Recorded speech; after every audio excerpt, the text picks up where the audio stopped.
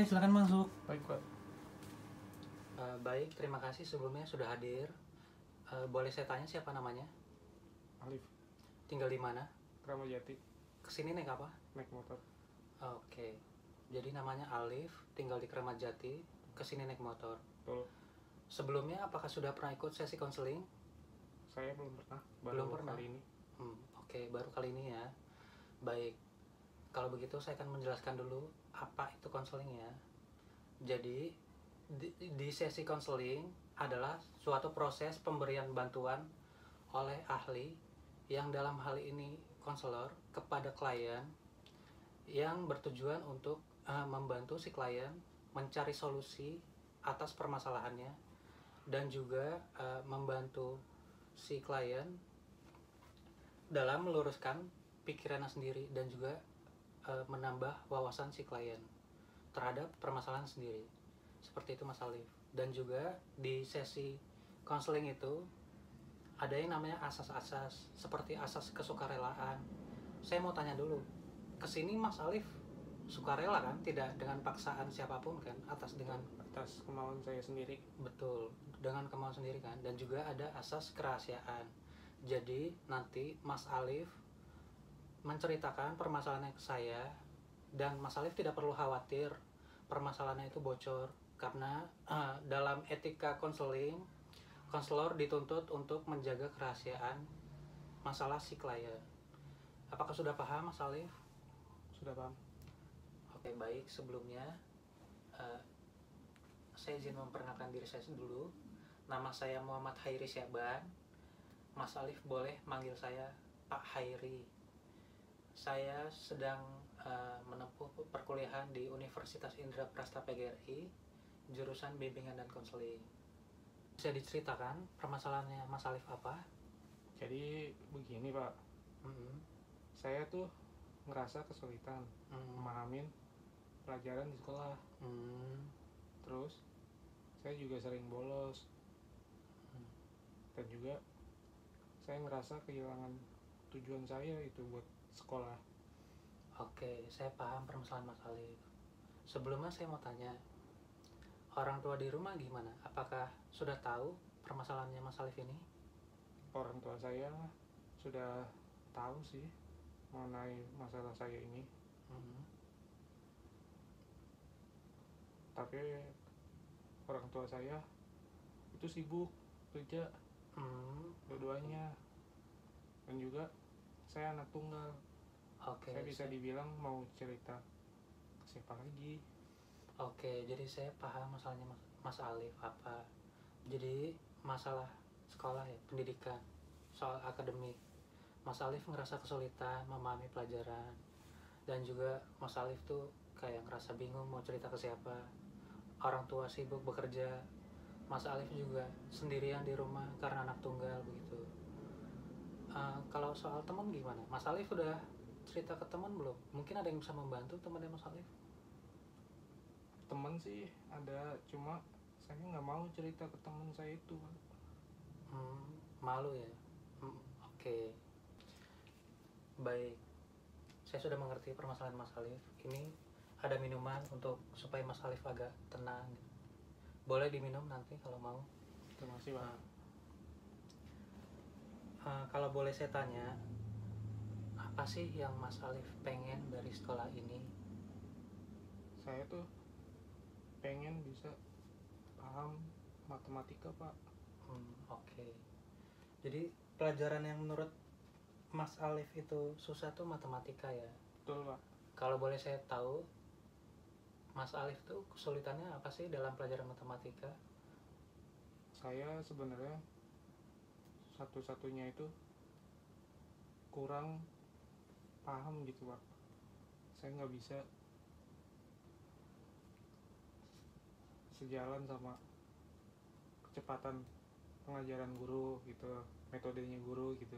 Oke, jadi Mas Alif kesulitan memahami apa yang diterangkan oleh guru gitu.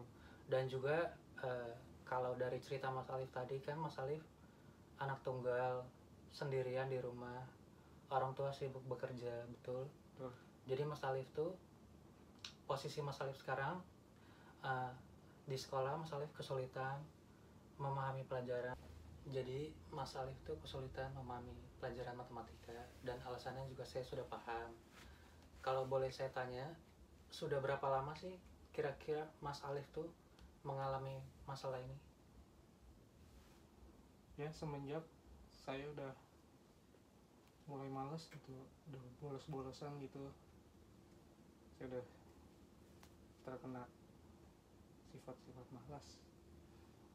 Oke, jadi karena Mas Alif sudah lama juga mengalami permasalahan ini, dan juga Mas Alif bingung mau cerita ke siapa.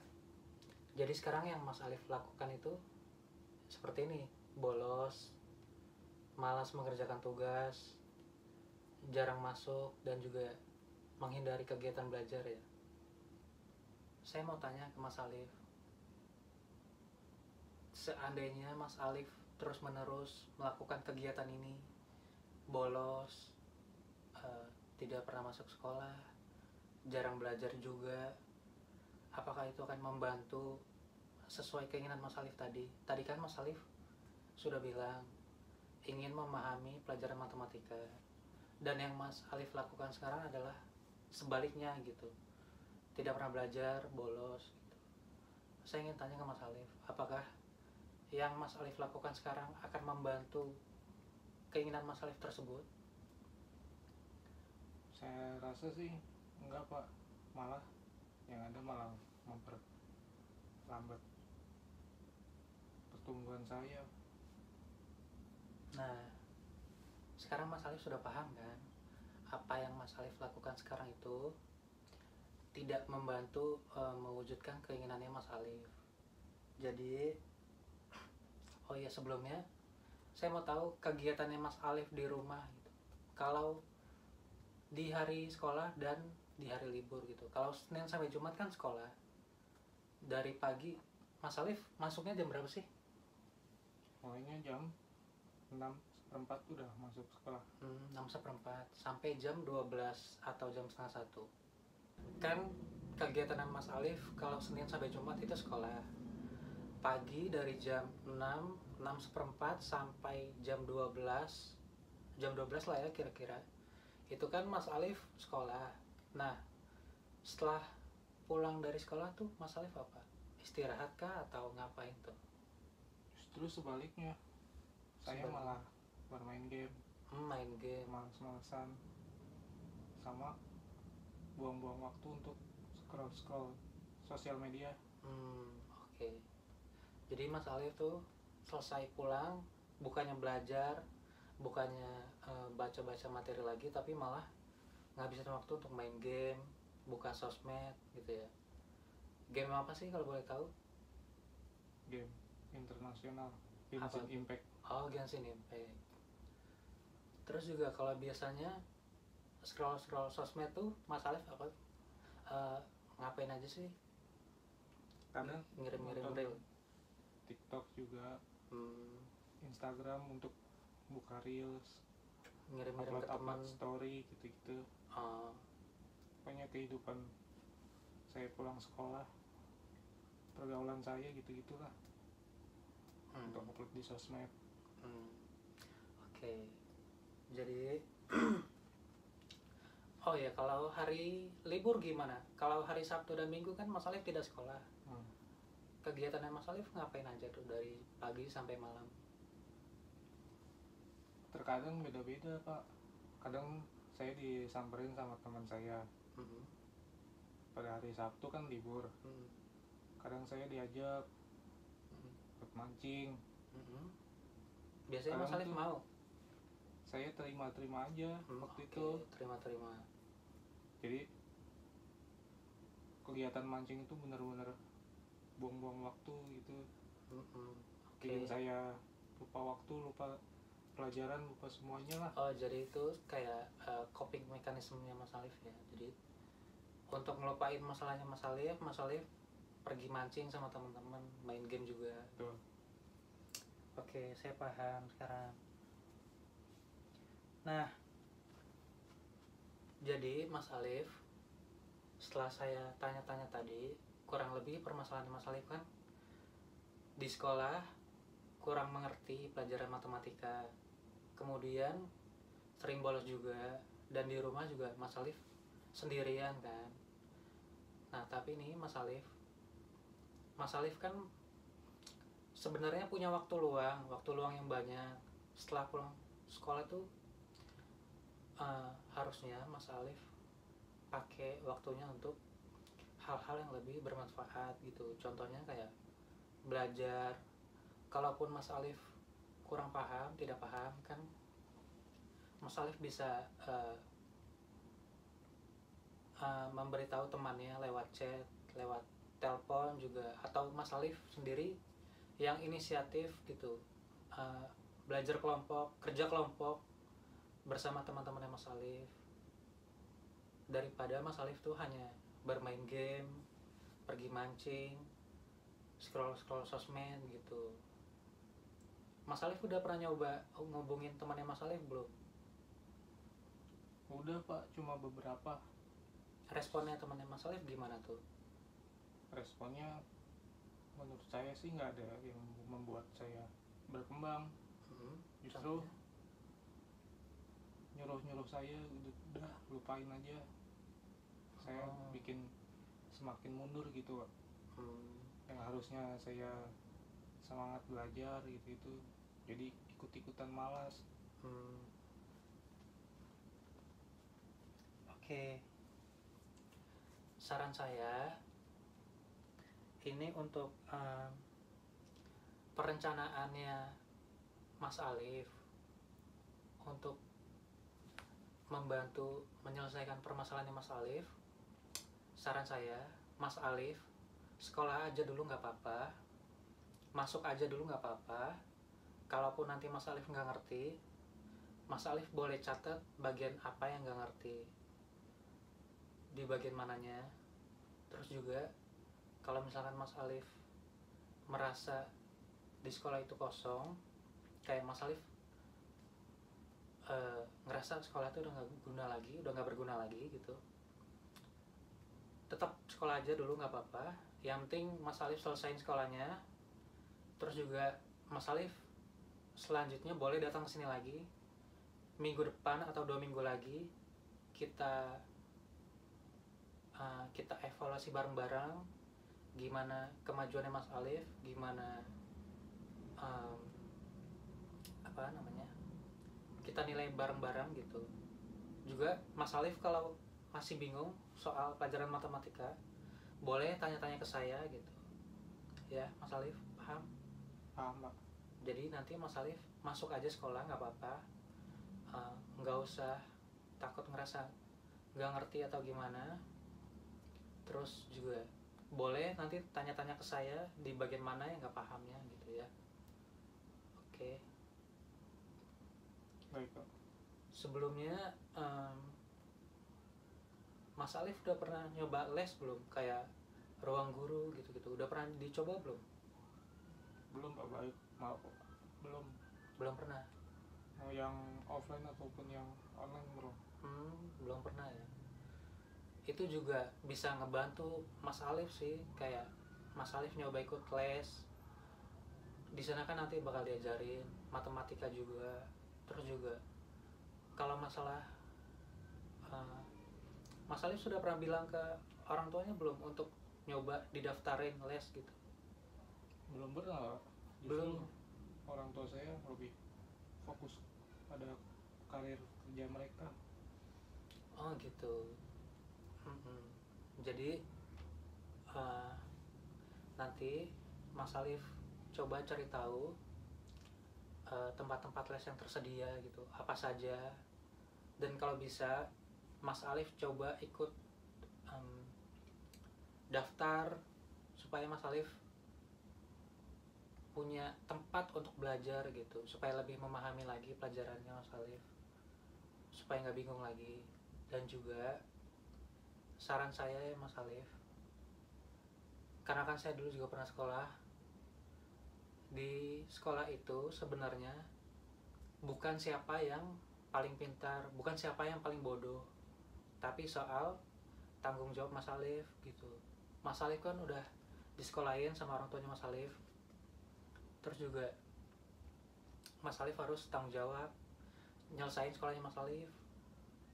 Apa yang udah Mas Alif perbuat harus Mas Alif tanggung jawabin. Mas Alif udah sekolah, harus diselesain sekolahnya.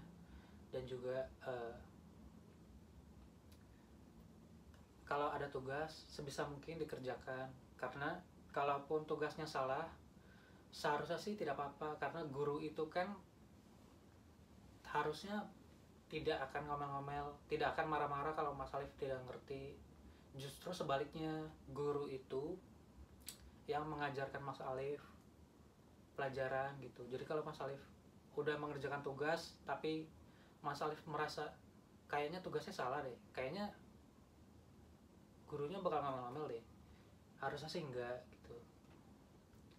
Dan juga Mas Alif, kalau Mas Alif masih ngerasa kebingungan lagi, di sekolah kan ada guru BK Mas Alif.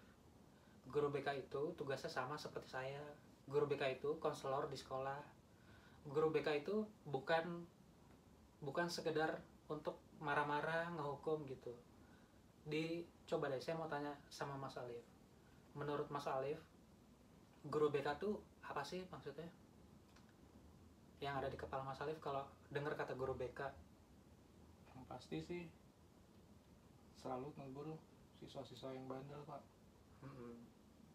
Saya Terus? kurang tahu kalau guru-guru BK itu punya peran-peran penting.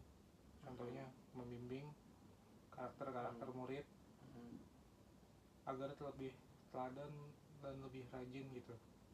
Oke. Jadi fungsi guru BK di sekolah itu untuk membantu siswa yang mempunyai masalah. Permasalahannya juga kompleks, seperti masalah akademik. Masalah akademik itu seperti nilai, yang berhubungan dengan nilai, pembelajaran. Contohnya seperti Mas Alif ini. Jadi sekarang Mas Alif itu punya permasalahan akademik di mana Mas Alif kurang memahami pelajaran. Dan juga fungsi lain dari guru BK sebagai sarana apabila murid tuh mengalami kesulitan dalam memahami dirinya sendiri gitu, permasalahan dirinya, mengenai jati dirinya, arah hidupnya kemana. Mas Alif boleh datang ke guru BK untuk mendapatkan layanan konseling di sekolah langsung Mas Alif. Begitu. Apa Mas Alif sudah paham? Paham, Pak. Apakah ada informasi untuk menghubungin Bapak untuk kedepannya, nomor telepon atau boleh nanti WhatsApp? Boleh, kalau mau hubungin saya lagi boleh, nanti saya berikan nomor saya kepada Mas Alif gitu. Sebelumnya kita buat perencanaan dulu untuk Mas Alif, untuk permasalahan Mas Alif ke depannya. Jadi kan tadi Mas Alif sudah tahu apa-apa saja solusinya, kayak contohnya menghubungi teman untuk diajak kerja kelompok, mengerjakan tugas bersama-sama, terus juga mengikuti kursus atau les gitu supaya dapat bimbingan lebih lanjut. Terus juga Mas Alif boleh mendatangi guru BK di sekolahnya Mas Alif supaya Mas Alif mendapatkan layanan konseling di sana gitu sekaligus. Jadi Mas Alif juga bisa datang ke sekolah juga. Setelah pulang sekolah Mas Alif bisa datang ke guru BK. Terus juga nanti Mas Alif coba bilang lagi ke orang tuanya gitu, minta tolong kalau Mas Alif tuh sebenarnya selama ini sering bolos ke sekolah, sering tidak masuk gitu. Orang tuanya Mas Alif sudah pernah dipanggil ke sekolah belum? Belum pernah sih, Pak. Belum. Cuma sudah pernah ditegur karena saya pernah bolos. Cuma saya membawa perwakilan. Oh gitu. Kalau boleh tahu siapa waktu itu yang Mas Alif bawa perwakilannya? Saya malu sih sebenarnya. Nggak apa-apa, kita cerita aja kan. Mas Alif juga ceritanya nggak akan saya bongkar, nggak akan saya ceritain kemana-mana. Ke bibi saya pak. Ke bibinya Mas Alif. Jadi waktu itu Mas Alif baru cerita ke bibinya Mas Alif. Iya. Oke.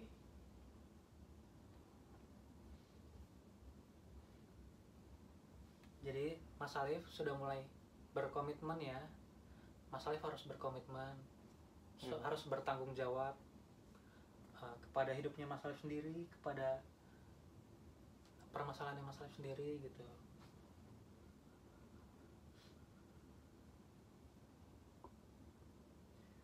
Baik, kalau sudah, apakah ada yang ingin ditanyakan lagi? Tidak ada. Tidak ada. Baik, kalau gitu kita tutup saja sesi konseling pada hari ini. Kita akan bertemu minggu depan atau 2 minggu lagi gitu, tergantung jadwalnya Mas Alif. Baik, saya tutup. Assalamualaikum warahmatullahi wabarakatuh. Waalaikumsalam warahmatullahi wabarakatuh.